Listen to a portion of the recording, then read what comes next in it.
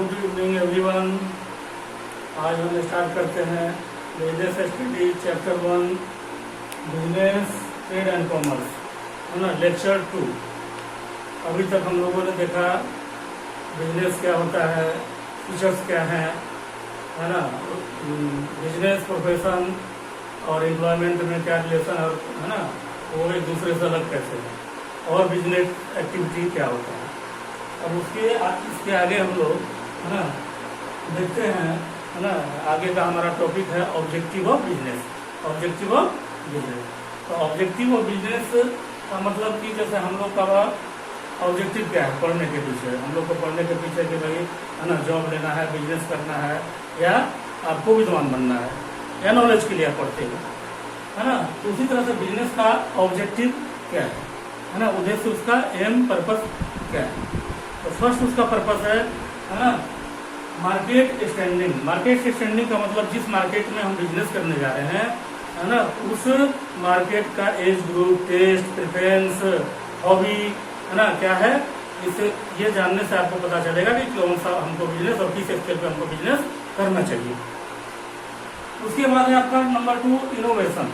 Innovation का मतलब कि अगर हम मार्केट में, अगर हमारा जो कोई प्रोडक्ट चल रहा है, मान लीजिए मोबाइल का ही आप बात करो, है ना, बाइक का ही बात करो, तो आज से जो 20 साल पहले मोबाइल आता था, क्या वही मोबाइल तुम्हारे हाथ में, या जो बाइक जो 20 साल पहले आता था वही बाइक आज तुम चलाते हो? नहीं, अपग्रेड किया जाता है, इनोवेट किया जाता है ना, नए नए, है ना, स्वरूप में उसको लाया जाता है। जो आज से पहले जो आप मोबाइल यूज करते होंगे, आज आप मोबाइल यूज नहीं करते हैं, नए वर्जन का मोबाइल आप यूज करते हो, नए वर्जन का बाइक, नए वर्जन का आप मतलब ट्रेन देखते हो, कार देखते हो, है ना। अच्छा, उसके बाद आता है ना, नंबर 3 प्रोडक्टिविटी। प्रोडक्टिविटी का मतलब कि हम जो आउटपुट का मतलब प्रोडक्ट, गुड्स एंड सर्विसेज, हम जो प्रोडक्ट जो हम प्रोड्यूस करने जा रहे हैं, उसका कंपेयर करना होता है किससे? इनपुट से। इनपुट का मतलब जो हमारा कॉस्ट लगा, cost of production. Cost of production का मतलब जो हम उसको बनाने में जो मेरा खर्चा है। तो हमेशा कोई भी बिजनेसमैन चाहता है कि हमने जो कॉस्ट लगाया उससे हमको ज़्यादा रिटर्न मिलना चाहिए, है ना। तो उसको हम लोग क्या कहते हैं, है ना, प्रोडक्टिविटी। नंबर 4 है physical and financial resources. Physical and financial resources का मतलब होता है कि आपके पास बिल्डिंग, लैंड, मशीन, है ना, फर्नीचर, है ना, के लिए, है ना, क्या अमाउंट अवेलेबल है और कितना हमको लगाना है उसमें। उसी में है आपका फाइनेंशियल रिसोर्सेज। फाइनेंशियल रिसोर्सेज का मतलब कि फंड, मनी, है ना, आपके पास सफिशिएंट अवेलेबल है या नहीं। अगर सफिशिएंट नहीं अवेलेबल होगा तो फिर आपको आगे बिजनेस को बढ़ाने में दिक्कत होगी। उसके बाद है नंबर 5, है ना, अर्निंग प्रॉफिट।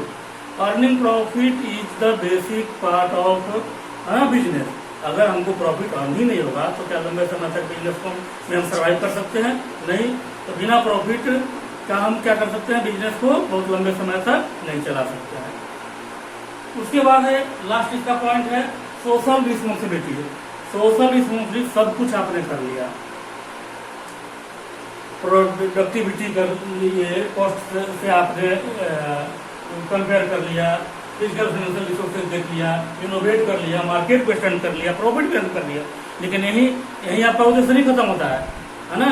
ये ठीक है, ये मेन आपका ऑब्जेक्टिव नहीं है, लेकिन ये एक बिजनेसमैन के लिए, एक गुड बिजनेसमैन के लिए जरूरी है कि वो सोशल रिस्पॉन्सिबिलिटी भी अपना निभाए। मतलब आप जहाँ पे बिजनेस कर रहे हो, आप वहाँ की प्रॉपर्टी दूर करो, एम्प्लॉयमेंट दो, है ना, और वहाँ का लिविंग स्टैंडर्ड आप हाई करने में, है ना, गवर्नमेंट को, है ना, आप हेल्प करो। ओके, ठीक है।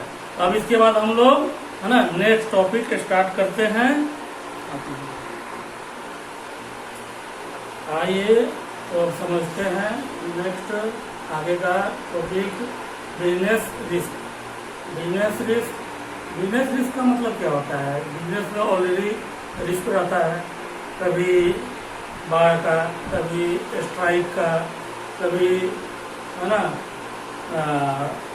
लॉकआउट का, है ना, कभी गवर्नमेंट का रूल चेंज हो जाएगा, है ना, कभी आपका कॉस्ट ऑफ प्रोडक्शन कंपटीटर के चलते बढ़ जाएगा, है ना। ये सारा चीज़ क्या होता है ना, बिजनेस रिस्क में आता है।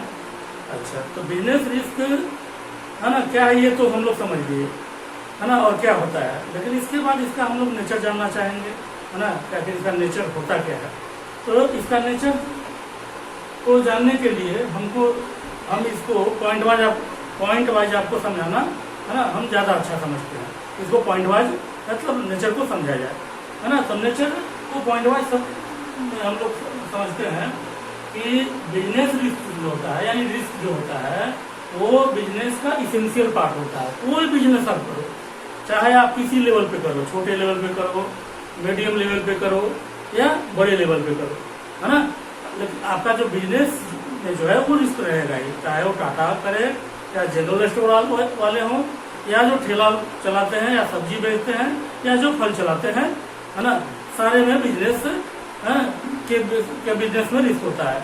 अब इसमें भी खासकर जो है ना, इसमें हम बताना चाहेंगे कि गुड्स दो तरह का होता है, ड्यूरेबल और नॉन ड्यूरेबल।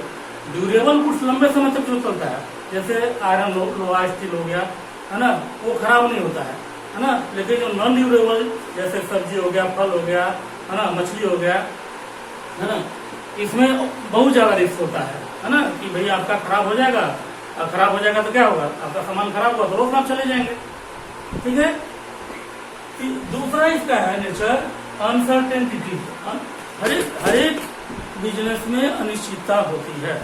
हर एक बिजनेस में क्या होती है, अनिश्चितता होती है, अनसर्टेनिटी होती है। कोई भी ऐसा बिजनेसमैन, है ना, ये नहीं कर सकता है कि हम बिजनेस में, है ना, को हम 50 साल 20 साल 10 साल 5 साल चला ही लेंगे। कोई गारंटी नहीं है कि आपका बिजनेस आपके अगले साल रहेगा या नहीं रहेगा। कारण नेचुरल हो सकता है, आर्टिफिशियल हो सकता है। क्लियर। नेक्स्ट है टॉपिक आपका, है ना, नेक्स्ट पॉइंट सॉरी, है ना, क्या है, business risk depend on nature and size of business.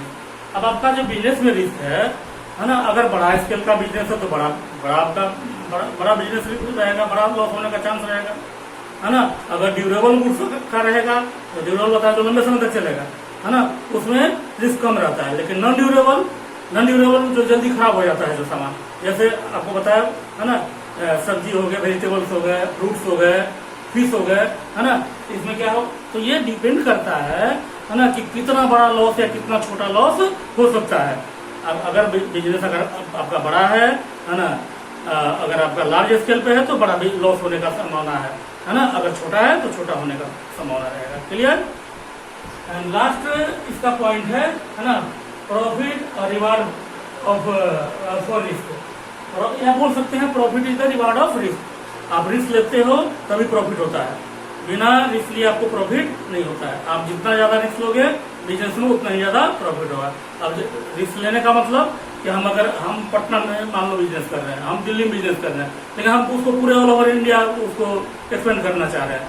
तो आप अगर पूरे इंडिया में या ऑल ओवर वर्ल्ड में ग्लोबलाइज अगर आप अपना बिजनेस करना चाह रहे हो तो क्या होगा, उतना ही ज्यादा आपका प्रॉफिट का चांस रहेगा, और जितना सिमट के करोगे उतना ही कम प्रॉफिट का चांस रहेगा। क्लियर। लेकिन इसको हम लोग समराइज वे में कर सकते हैं, छोटे वे में, है ना, छोटे तरीके से इसको बोल सकते हैं, no risk no profit no gain. Clear. आइए अब समझते हैं नेक्स्ट टॉपिक समझते हैं, है ना, काउजेज ऑफ बिजनेस रिस्क, है ना। इसके 4 कारण है। क्या क्या है। Number 1 natural causes, number 2 human causes, number 3 economic causes and number 4, है ना, अदर काउजेज।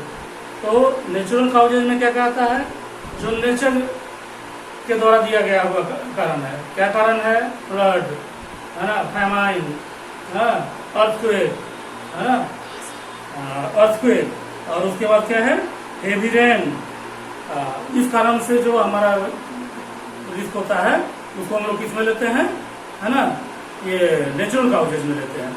उसके बाद नंबर 2 है ना, ह्यूमन काउजेज। ह्यूमन काउजेज में क्या आता है, डिसऑनेस्टी, है ना, बाय एम्प्लॉय, है ना।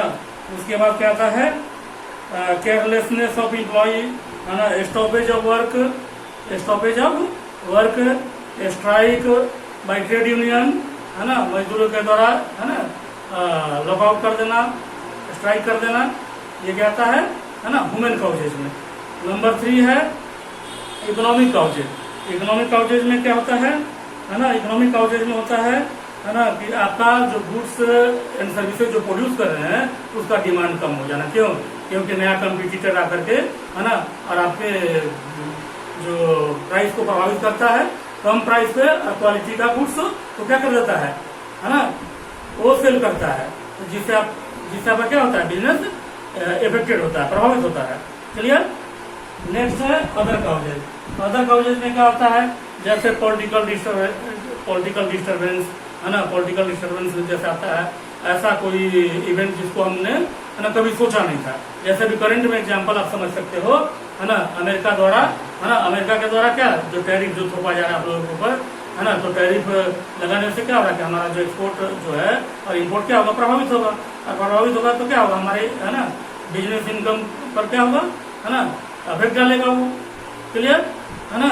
उसमें एक चीज और बोल सकते हो तुम, है ना, अदर काउजेज में मशीन का फेलोर कर जाना, जो तुम्हारा बॉयलर चल रहा है, मशीन चल रहा है, वो एट अ टाइम वो फेल कर गया, तो आप क्या कर सकते हो, वो तो आपके हाथ में है नहीं, है ना। क्लियर? चलिए, आज इसी के साथ आज का वीडियो हम कंक्लूड करते हैं, है ना, और आप सुरक्षित रहिएगा, और, है ना, इसी के साथ, है ना, हम टॉपिक को, है ना, इंटरप्ट करते हैं। क्लियर? एंड बाय बाय, है ना, अपना ध्यान रखिएगा और सुरक्षित रहिएगा। क्लियर?